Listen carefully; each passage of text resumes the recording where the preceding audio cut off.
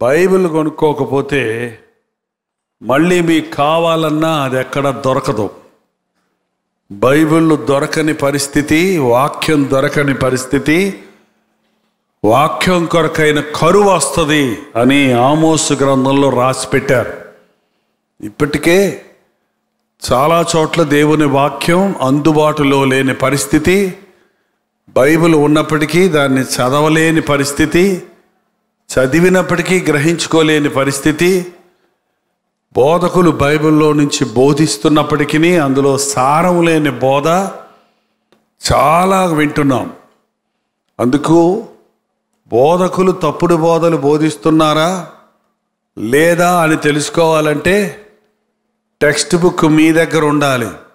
Teacher చెప్పే పాఠాలు కరెక్టా కాదా అని తెలుసుకోవాలంటే మీ దగ్గర ఏముండాలి? టీచర్ లెసన్ చెప్తారు కదా, మీకు ఎందుకు టెక్స్ట్ బుక్లు చెప్పండి? పిల్లలకి టెక్స్ట్ బుక్స్ కొనిస్తున్నారా లేదా? ఇంకెందుకు దండగా? టీచర్ చెప్తుంది కదా. టీచర్ చెప్పేవి టెక్స్ట్ బుక్లో ఉన్నవా లేదా అని స్టూడెంట్స్ పరిశీలించుకుంటారు. లేకపోతే ఏదో చెప్తే టీచర్ ఏదో రాస్తే ఫెయిల్ అయిపోతారు. అలాగే బోధకులు బోధిస్తున్నప్పటికీ ఆ బోధలు వాక్యానుసారమైనవా కావా అని తెలుసుకునే బైబిల్ పరిజ్ఞానం మనం కలిగి ఉండాలి. బైబిల్లో ఉన్న విషయాలు మనకి బాగా తెలియాలి. ఎందుకంటే అంచె దినాలలో అనేక మంది అబద్ధ బోధకులు బయలుదేరుతారని దేవుని వాక్యంలో చెప్పబడి ఉంది. ఒక అబ్బాయిని అడిగాను, బైబిల్ చదువుకున్నావా తమ్ముడు అని. చదువుకున్నానా అన్నాడు. ఏం చదివావా అన్నాను. దొంగిలికూడదు అన్నాడు. నిన్నేం చదివావో అన్నాను. యేసు కన్నీళ్లు విడిచెను అన్నాడు. మొన్న ఏం చదివావో అన్నాను. ఆత్మను ఆర్పకుడి అన్నాను. ఎక్కడ చదివావయ్యా అంటే క్యాలెండర్లో చదివాను అన్నాడు. క్యాలెండర్ అద్దం దగ్గర పెట్టుకుంటాడటండి. వాళ్ళ అమ్మ బైబిల్ చదువు బైబిల్ చదువు బైబిల్ చదువు అని చెప్పుద్దట. కాబట్టి బైబిల్ తీయకుండా అద్దంలో చూసుకుంటూ క్యాలెండర్లో ఒక మొక్క చదివి వెళ్ళిపోతాడట. చదివేశాను బైబిల్ అని. నేను అడిగా, ఇవాళ పొద్దున్న బ్రేక్ఫాస్ట్ ఏం చేసావయ్యా, టిఫిన్ ఏం తిన్నావు అంటే 5 ఇడ్లీలు అన్నాడు. నిన్నేం తిన్నావంటే 2 చపాతీలు అన్నాడు. మొన్నేం తిన్నావంటే 3 పూరీలు అన్నాడు. ఎందుకు అంత తిన్నావు? ఇంత ఇడ్లీ ముక్క, ఇంత పూరీ ముక్క, ఇంత చపాతీ ముక్క రోజు తిని వెళ్ళిపోవచ్చు కదా, టైం లేదని. రోజు అలాగే ఇంత తినేసి టైం లేదు మమ్మీ అని కాలేజీకి వెళ్ళిపోతున్నావు అనుకో, స్కూల్కి వెళ్ళిపోతున్నావు అనుకో, ఇంత మొక్కలు తిని ఎట్టుంటావు చెప్పు? నువ్వు ఉఫ్ అంటే పడిపోతావు కింద. ఏంటండి? అలాగే బైబిల్ కూడా గుండెల్లో మంట పుట్టే వరకు చదవాలి. గంట చదువుతావు, అరగంట చదువుతావు, 5 నిమిషాలు చదువుతావు, అది ముఖ్యం కాదు.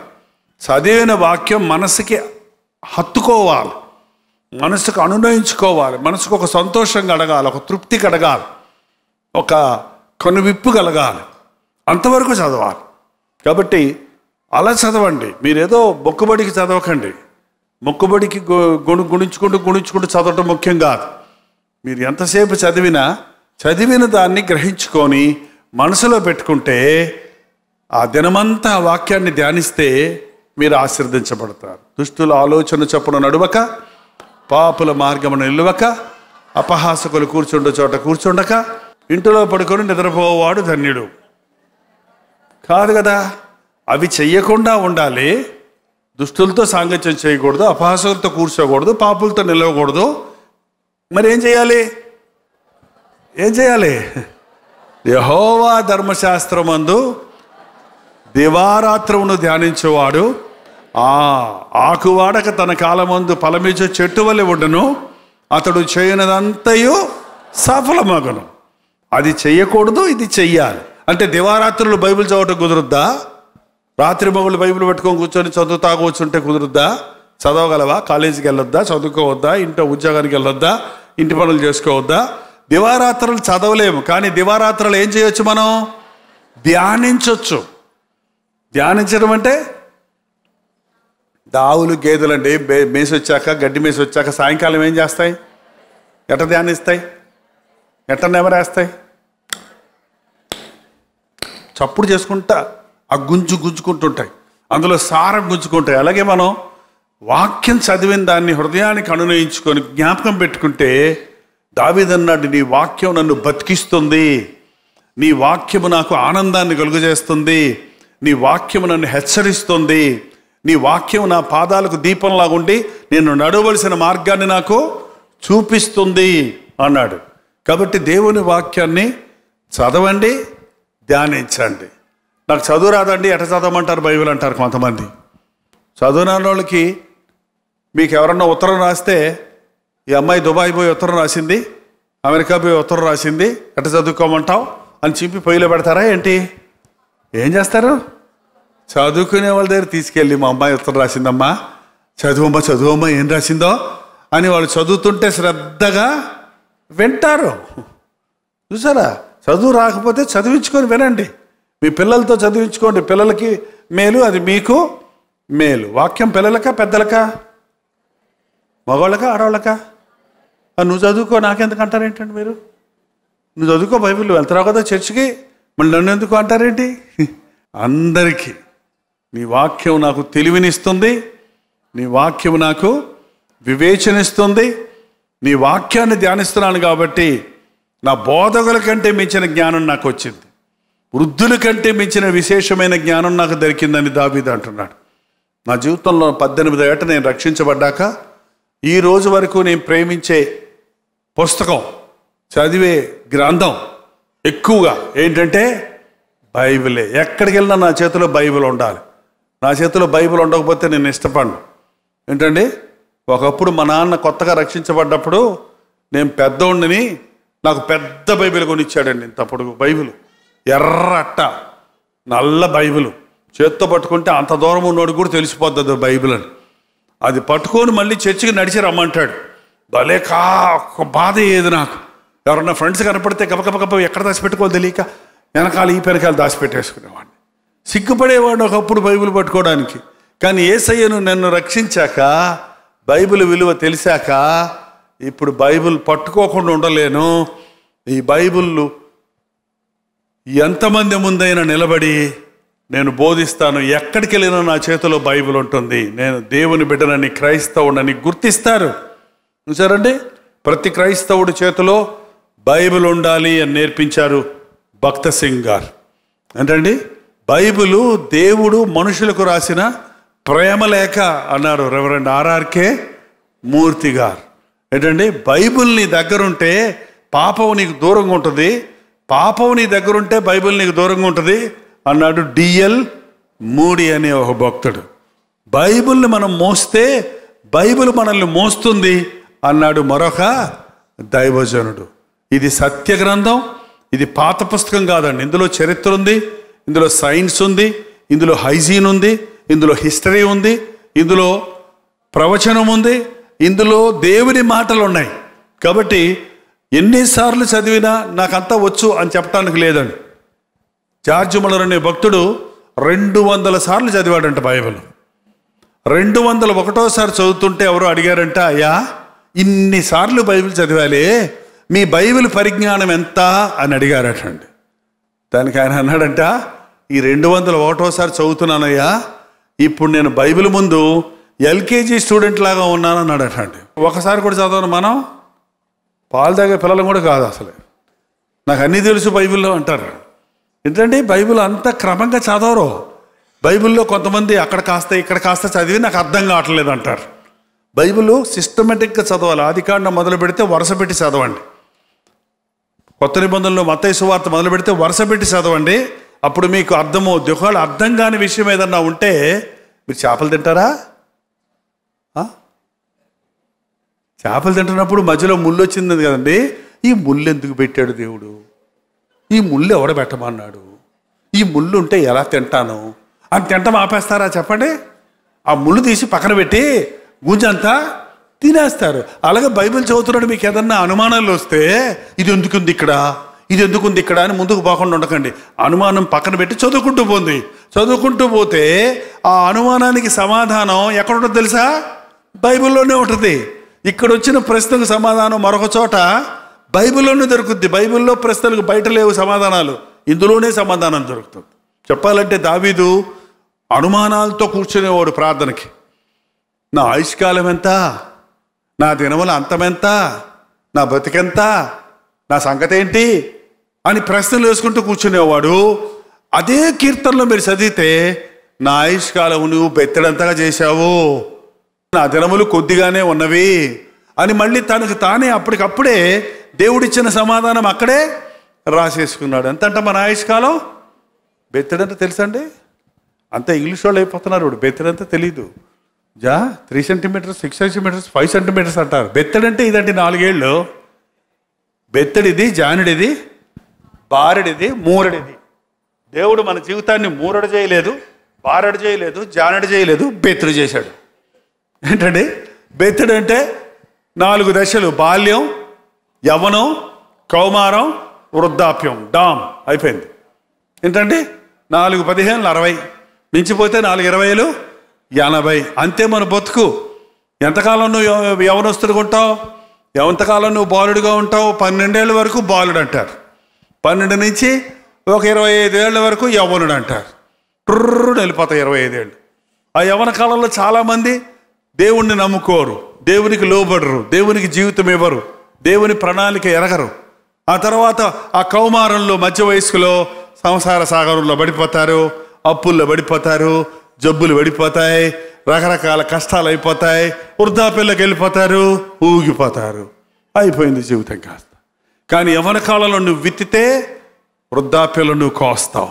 యవ్వన కాలంలో ఇష్టం వచ్చినట్టు నువ్వు బ్రతికితే వృద్ధాప్యంలో నువ్వు బాధల పాలవుతావు. యవ్వన కాలంలో దేవుడిని నమ్ముకుంటే వృద్ధాప్యంలో నీవు ఇంకా నిలిచి ఫలిస్తావు. చూసారండి, దేవుని యొక్క కృప మన పట్ల మెండుగా ఉంది.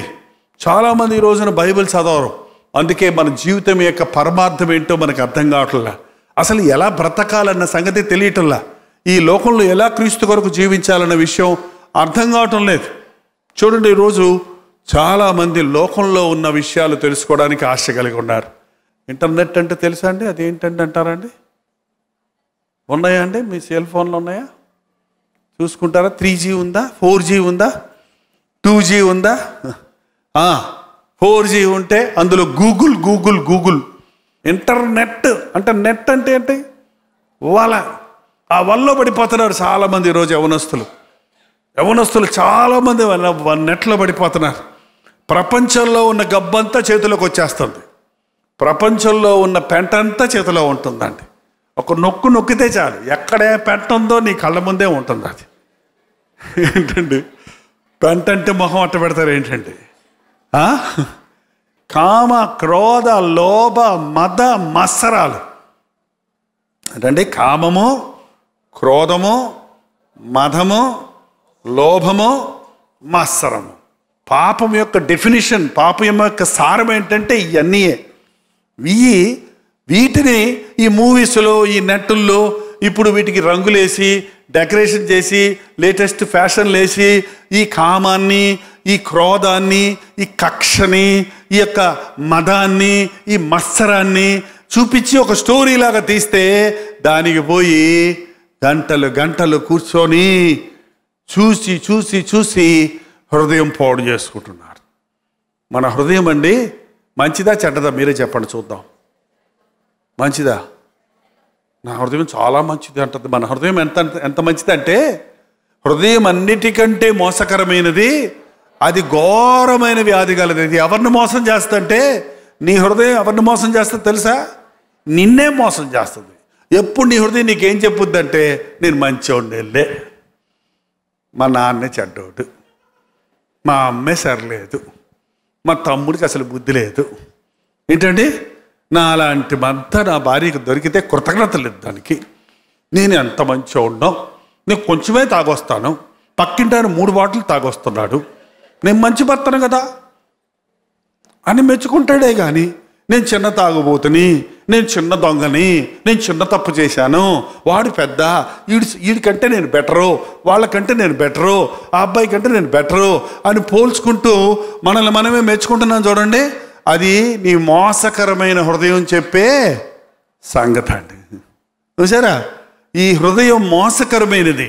కాబట్టి ఎప్పుడూ మనల్ని మనమే మెచ్చుకోవడానికి ప్రయత్నిస్తాం, మన స్థితిని మనం గ్రహించుకోం. ఈ హృదయం ఘోరమైన వ్యాధి కలిగింది, జబ్బులో ఉంది వ్యాధి. జ్వరం వచ్చినోడికి మైసూరు పాకు తీసుకెళ్ళి ఇచ్చారనుకోండి, ఏమంటాడు చెప్పండి? అరే చేదు కాదురా, చాలా తీయగా ఉంది, చాలా బాగుంది అని నువ్వు తిని చూస్తే నీకు తీయగా ఉంది, తీయగానే ఉంది తినరా అంటే వాడేమంటాడు? ఎందుకు? చేదుగా ఉండడానికి కారణం మైసూరు పాక లేకపోతే వాడు నాలిక?